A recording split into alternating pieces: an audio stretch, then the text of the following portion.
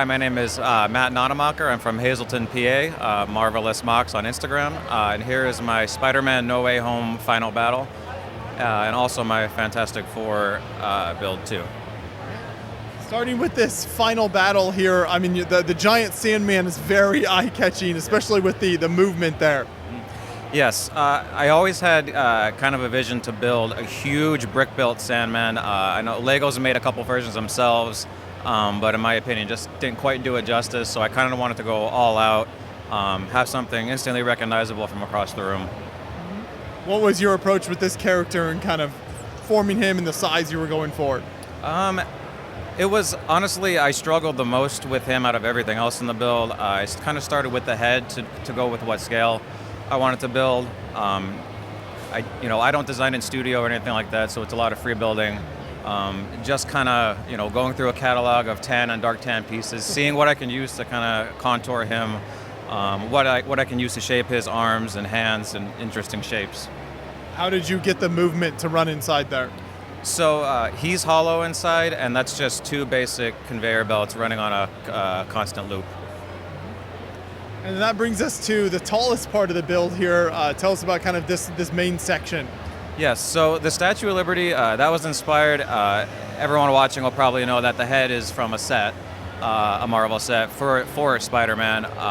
So I kind of used the head as the scale and then built my way down with her proportions. It was a challenge with only using medium nougat because you don't get quite the best catalog of pieces as you would with like a gray or a sand green or something. So kind of had to get creative with some of the piece usage and using a lot of extra stickers from that Spider-Man set to get some of the details, and texture on the pieces. And then honestly, it was a lot of studying, the real architecture of the Statue of Liberty. I found myself studying, Liberty Island itself, and a lot of the design cues are, pretty exact as, she is. Yeah, you've got the kind of star fort design down here at the bottom. Yes, that was a lot of fun and a lot of challenge. It was a big challenge to build. I had to rebuild it a few times when I knew that it would be too small for the scale of the Statue of Liberty that I was going for, and also used some of the Rivendell tiles to kind of detail the front there. What are some of the other characters that we have throughout the build here? So a big part of the plot of the movie Spider-Man No Way Home is it's all three Spider-Men from the multiverse, and all of the kind of big hitter villains. So you see there's Electro, there's Lizard, there's Doc Ock, and there's Green Goblin around the side. It's kind of a combination of all different villains from the different Spider-Man movies over the years. I think you captured it really nicely. And what did you do for lighting here throughout this? What was your approach with that? So I mostly use Light My Bricks. I kind of try to think about it before I start the build. Kind of think how I want to integrate it. It's a big deal to me to kind of try to hide the wires, hide the lighting, try to make it look as organic and natural as possible. Wanted certain parts to be flashy, like Electro and the explosions, and just kind of use some other spotlights just to bring attention to some action spots and spots I wanted people to notice. And then you've got this kind of fun construction zone section down in here. Yes, so the movie focuses, like the Statue of Liberty is under construction, so that's kind of the main set piece for this final battle. So I kind of just, went with the whole construction theme to go along with, the work that's being done on the Statue of Liberty. And moving over to your next build, you've got some great lighting in this one too, so tell us about this scene.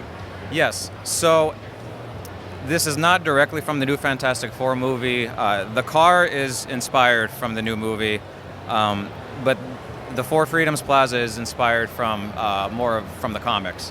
I knew I wanted to have a Fantastic Four build because I thought, there'd be a lot of hype for it with the movie just coming out. I knew, the kids are instantly drawn to it.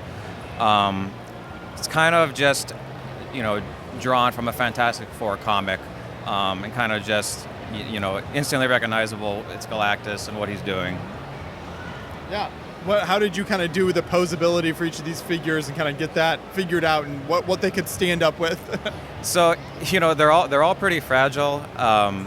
Mr. Fantastic, he has custom arms. They're actually from Citizen Brick. I custom painted them. You got to have stretchy arms for Mr. Fantastic.